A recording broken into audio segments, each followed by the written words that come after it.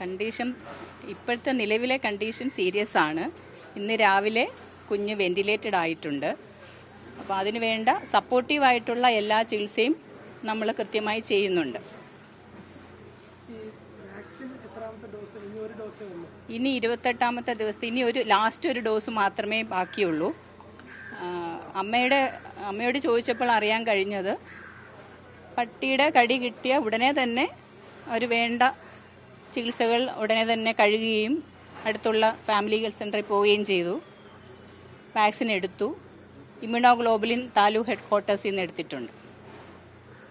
അപ്പോൾ അവിടെ വാക്സിൻ എടുത്തതിലും കൊടുത്തതിലും എല്ലാം കറക്റ്റായിട്ട് തന്നെയാണ് പോയിരിക്കുന്നത്.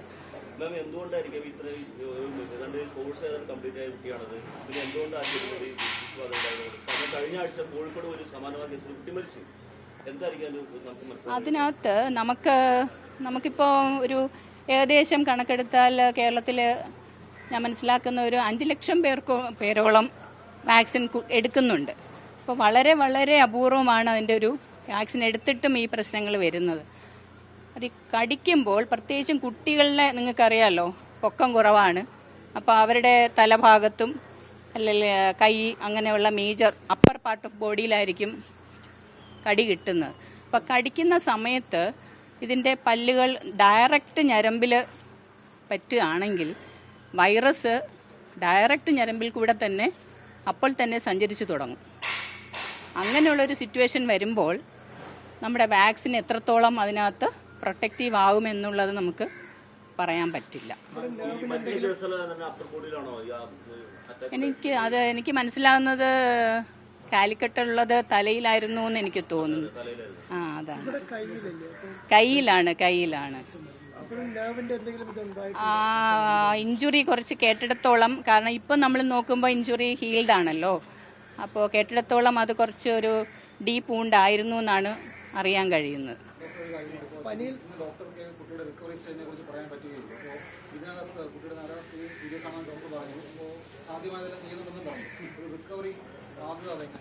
അത് നമുക്ക് ദിവസങ്ങളെടുത്ത് മാത്രമേ, നിങ്ങൾക്ക് എല്ലാവർക്കും അറിയാമല്ലോ ഇത് വളരെയധികം മോർട്ടാലിറ്റി റേറ്റുള്ള ഒരു അസുഖമാണ്. വേൾഡ് ഓവർ 10-ൽ താഴെ മാത്രമേ സർവൈവ് ചെയ്തിട്ടുള്ളൂ. 6 പേരോ അങ്ങനെ എന്തോ ആണ്.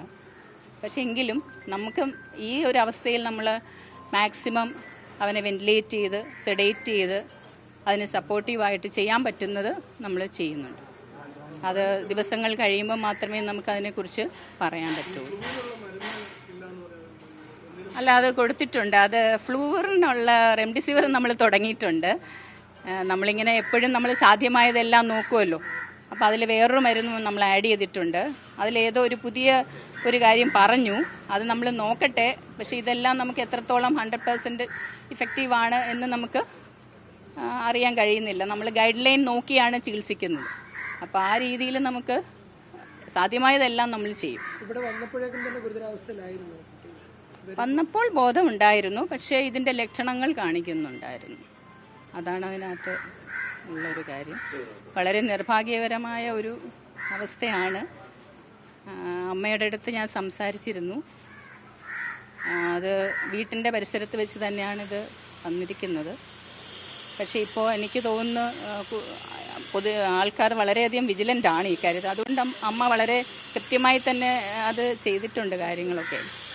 അപ്പം നമുക്ക് നോക്കാം.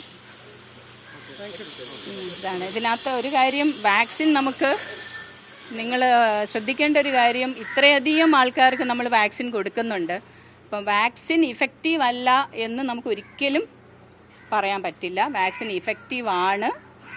ഡോഗ് ബൈറ്റിൻ്റെ ഒരു സിവിയറിറ്റിയും ആ സമയത്തുണ്ടാകുന്ന വൈറസ് ട്രാൻസ്മിഷനും ഒക്കെ ഒരു കാരണമാകാം.